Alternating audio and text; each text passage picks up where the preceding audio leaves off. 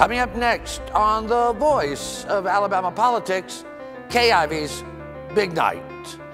Also, the V team takes a look at runoffs, and more runoffs. And the ethics commissioners think they are the kings. I've come on the most urgent of business. It is said that the people are revolting. You said it. They stink on ice. No, Your Majesty, this is a very serious problem. The peasants feel you have no regard for them. What? I have no regard for the peasants. They are my people. I am their sovereign. I love them. Pull! Drifting to the left. Kings? They're more like criminals. No respect for the law and disdain for the people. Ha! All this and much, much more coming up next on The V.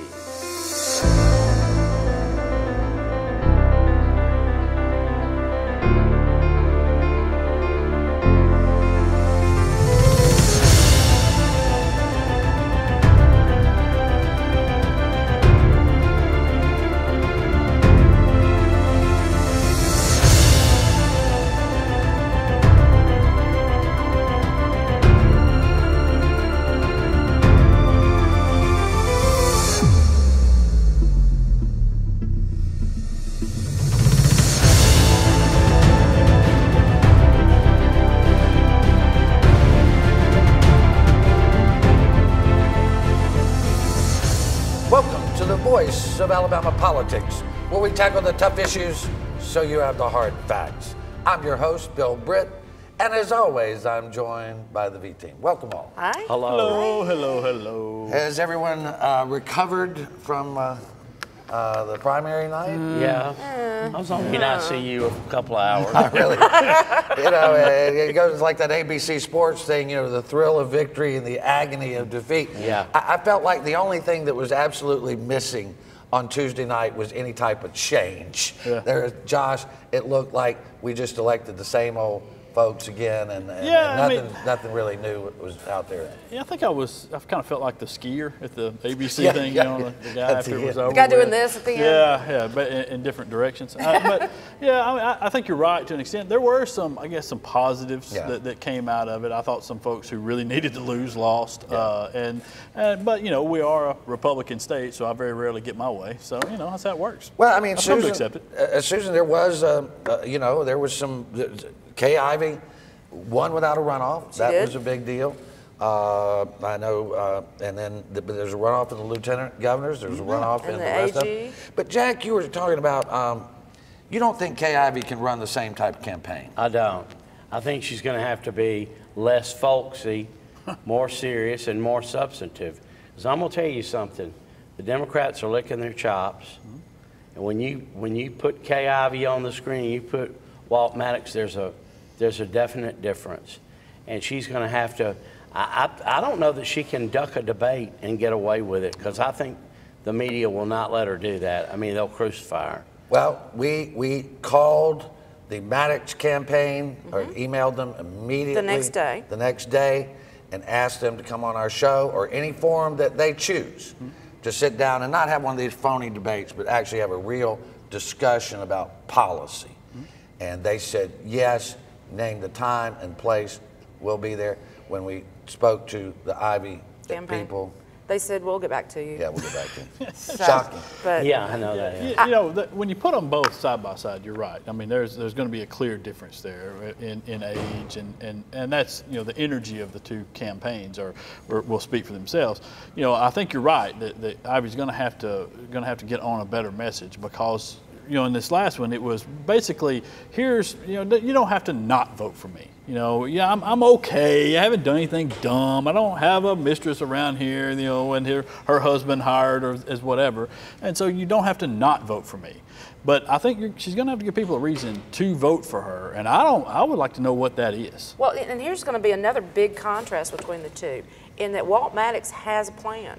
He has policy in place. He has plans in place.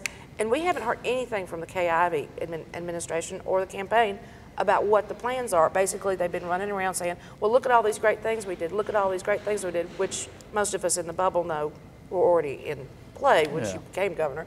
But nevertheless, they're going to have to come up with, and there's a lot of Republicans and Democrats are looking for the same thing that I've heard from. Well, and it's not, look, I'm here to dog Kay Ivey, but y'all are absolutely right that she is going to have to perform. They're not going to be able to hide her like they did before. She's got two pressing issues that they made very strategic mistakes on.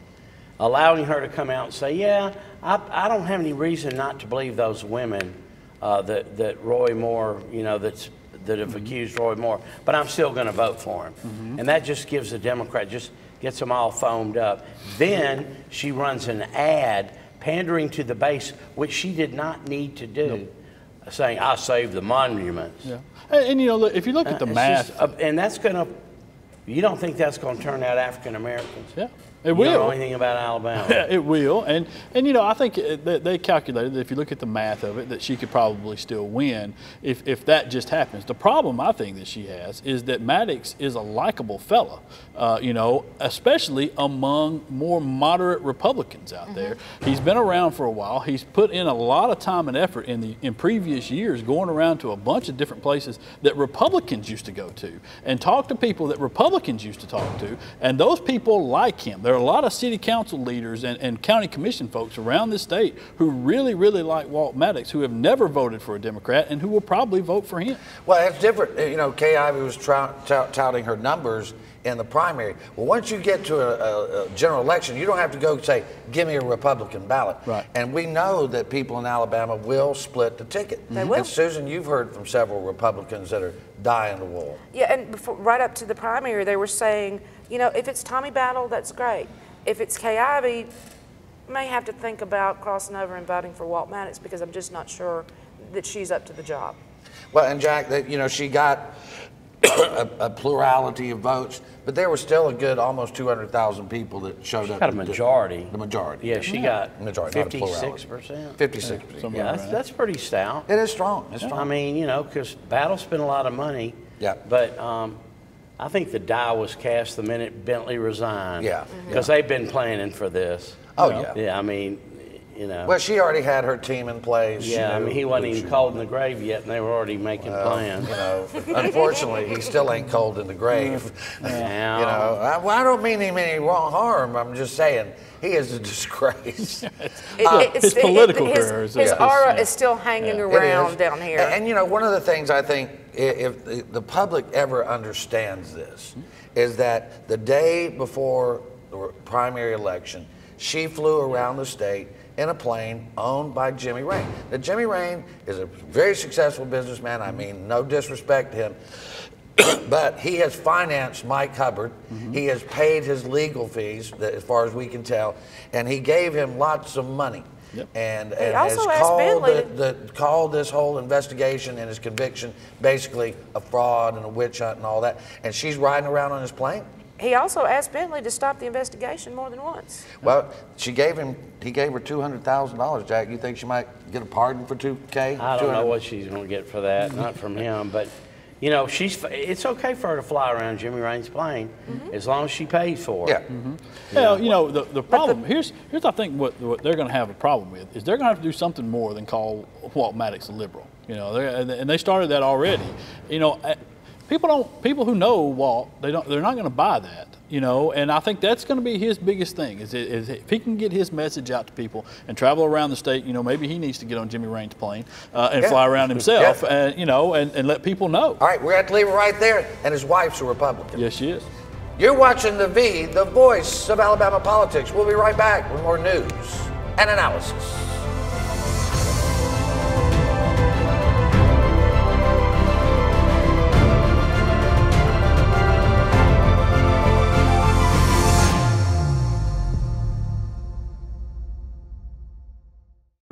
Autism has touched the lives of so many here in Alabama. It's why State Senator Tom Whatley stood up to the special interests and sponsored the bill requiring insurance plans to provide autism therapy to those in need. Because Tom Whatley knows this therapy can and does change lives. And Whatley was recently recognized by the Autism Society of Alabama for his work helping the autism community.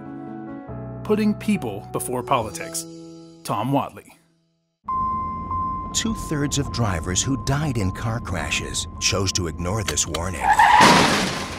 Seatbelts save lives. Drive safe, Alabama. A message from your Alabama Department of Transportation.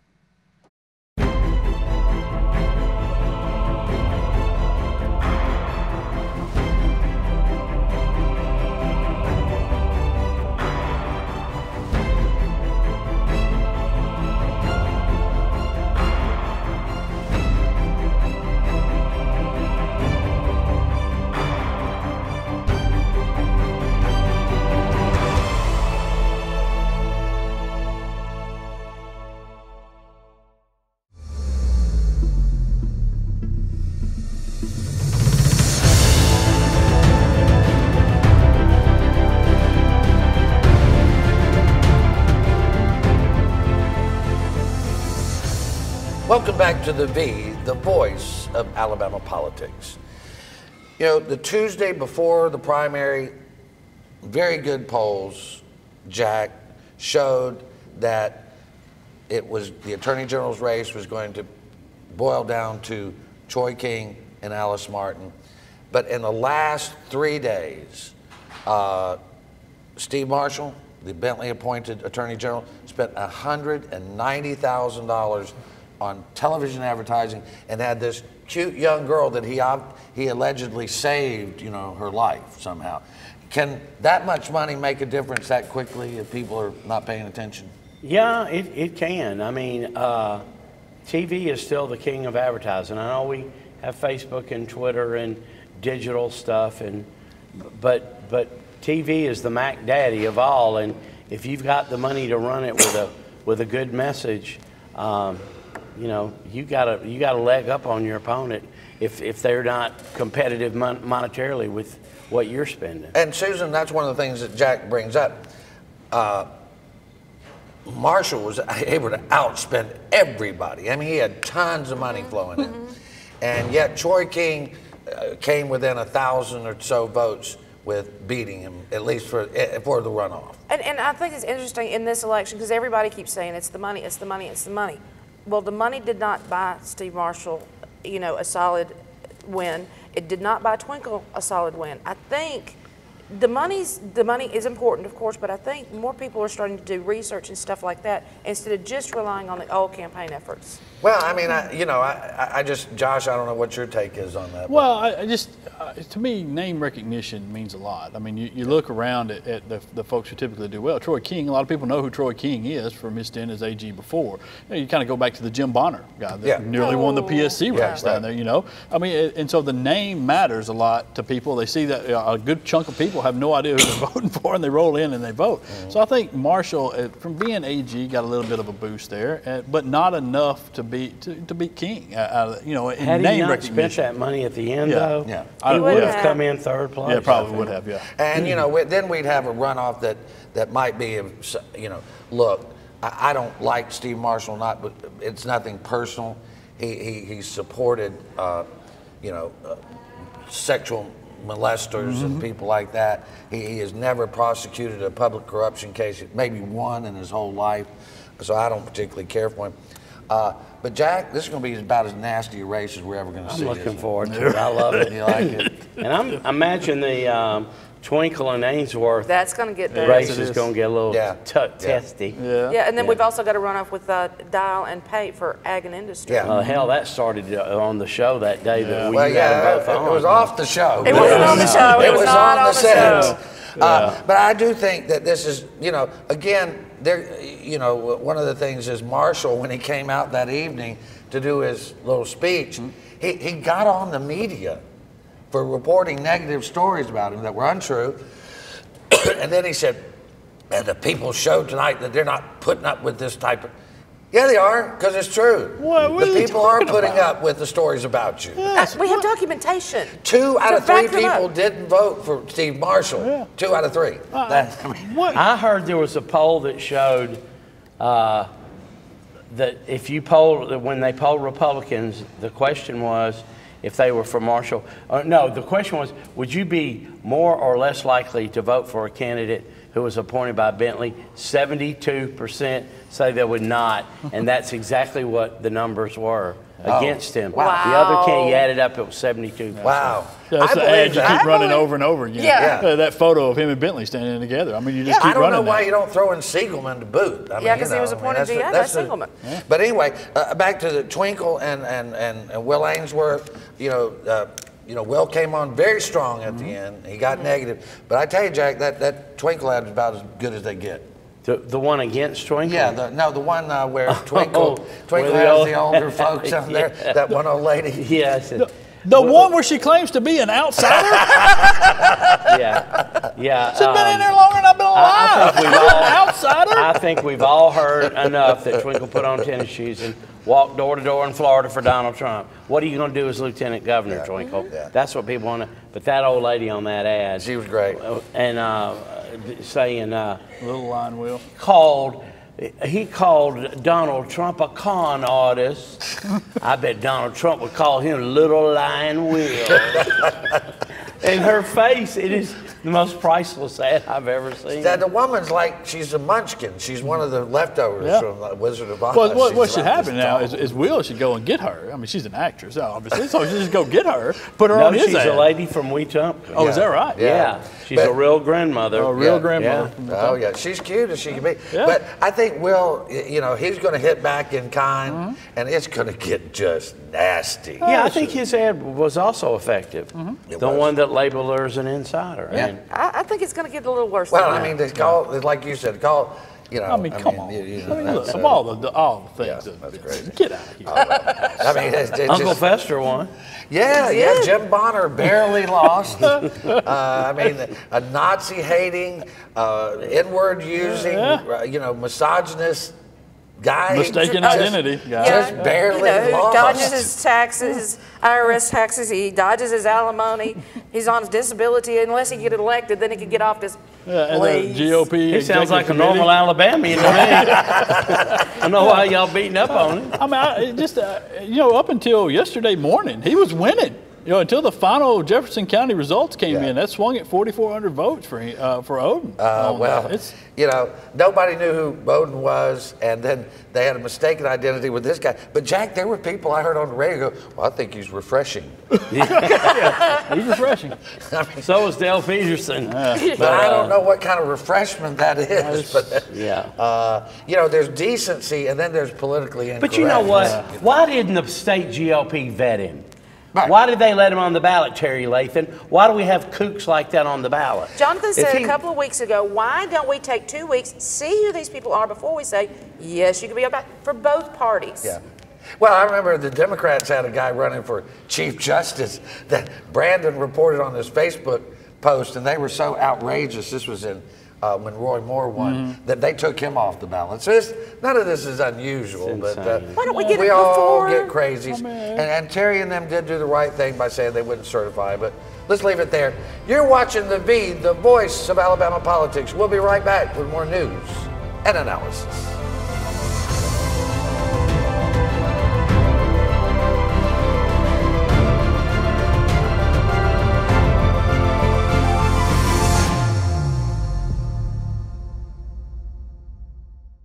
You'll never guess what 400,000 people in the U.S. were using when they crashed their cars last year. No, not this. This. Distracted driving will kill you. Drive safe, Alabama. A message from your Alabama Department of Transportation. The Energy Institute of Alabama promotes reliable, affordable, and clean energy to help grow our economy, create high-paying jobs, and build public support for Alabama's energy industry. Access to clean, affordable energy continues to be an issue of vital importance in the halls of government and around the kitchen tables across our nation. The Energy Institute of Alabama is the best source of energy industry information and how it affects households across the state, from convenient energy production to alternative fuels to solar power and beyond.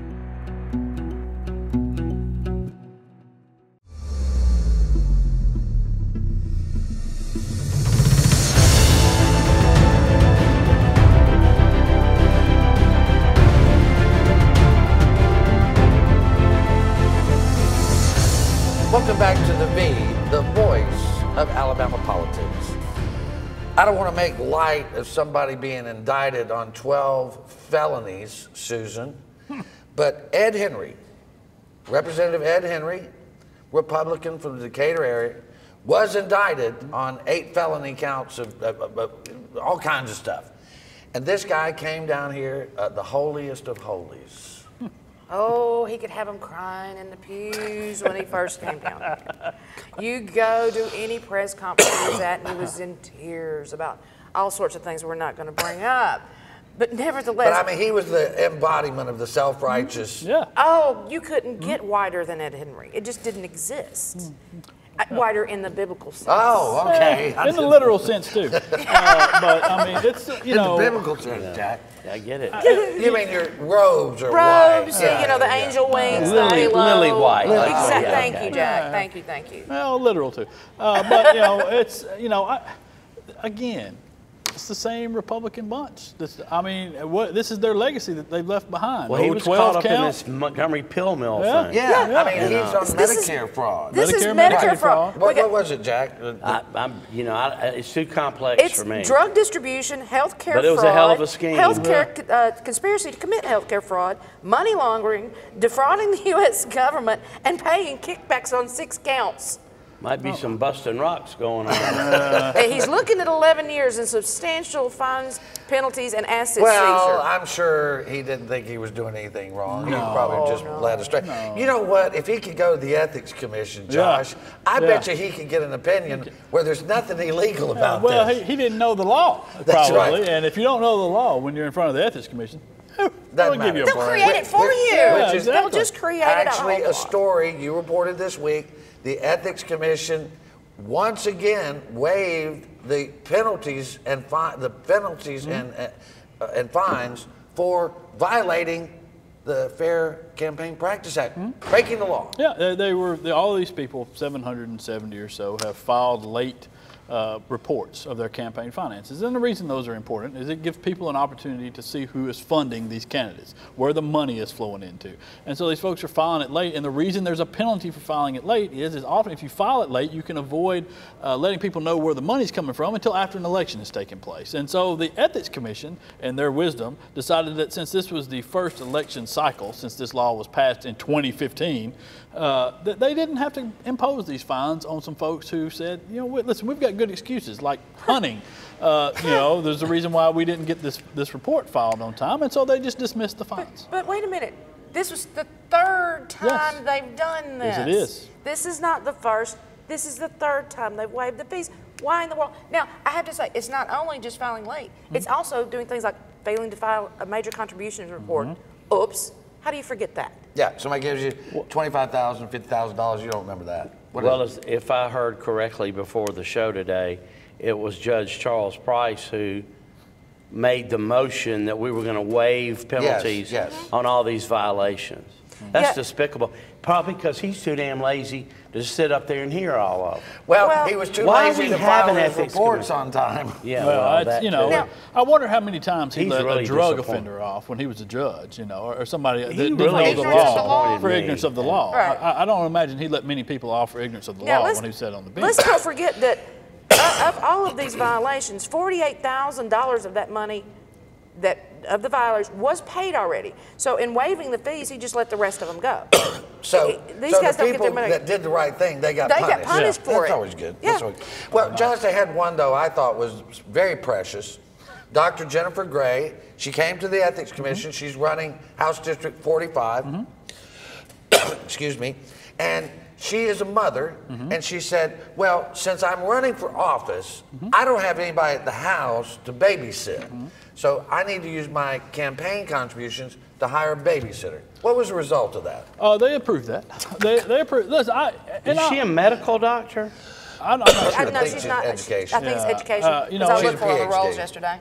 Yeah, the Secretary of State's office opposed this because they felt like it was too broad. It could open some doors up to some other things. You know, I gotta say, I mean, if we can use this stuff to pay your legal fees, to fund your, you know, if you're driving back and forth and it's you can pay your gas and your car maintenance and all this kind of things out of your campaign finance fund, I'm all right with her paying for the babysitter. I mean, if she's got to go and she can't do it and she's in the summertime and she's having to campaign in a runoff, I'm kind of okay with that. You're good with that. That's absurd. That's the dumbest thing you've ever said on this show. Why is it? It would be Why like would it me be absurd? running for office and going to Omar and getting some new suits and charging it to my campaign because I want to look good. That is not a legitimate campaign expenditure. You knew you had that child before you got on the ballot. So anybody with a child, a single mother, can't be on a ballot because they've got a child? Don't you think that that's a good representation of single mothers or mothers that work from home? She can't afford to make the sacrifice of leaving her child at home. Maybe she shouldn't run for office. Maybe she can, and she just needs some babysitting time. The point here is that it opens any number of doors. Okay, I think we that's need to the basic put Josh problem. on the ethics But commission. as Albritton said, they have to be approved on a case-by-case Oh, you mean basis. That's so Albritton they who can come called down her and kiss when she his walked, ring, yeah, when right? she walked in the room of the ethics commission in chamber, he went, "Hey, Jen, come here a minute." He knows her. I know. Well, there's nothing fishy there for sure. You know what I really do like about this? They use the but for exception. So, but for her being a candidate, she wouldn't need Please this don't baby. use your example. My example is very simple. But for being a parent. Well, I could say, but for gaining weight, I had to go buy some new suits. I don't understand. I don't understand how it's different from all these other things that they use it for. I don't think they ought to be either able to take use it it all for away that. or give her her thing. What they're doing is further opening the door. That's the problem. They're Yeah, further opening the door for all this corruption in the campaign. If you want to make that argument, that's fine. But I don't think we should cut it off at child care when we're allowing people to pay for their cars, to pay for their attorneys when they get indicted. And you know, I was talking to a guy that was there. He said that his wife did a pole dance every evening for him, and when he was out of town, he was paid to go to strip joints because, but for running, he would have a pole dance every evening. I got to say this though. I think it wasn't that's an make extreme a example. case for that. It wasn't that the Secretary of State's office was against it. Secretary of State said, let us consider it until August. But they couldn't do that because if they did that, then she wouldn't be able to run. That was, yeah. But so let her run and then consider it. But for the stupidity, we wouldn't have a reason to have this show. You've been watching The V, the voice of Alabama politics. You watch us. We watch them.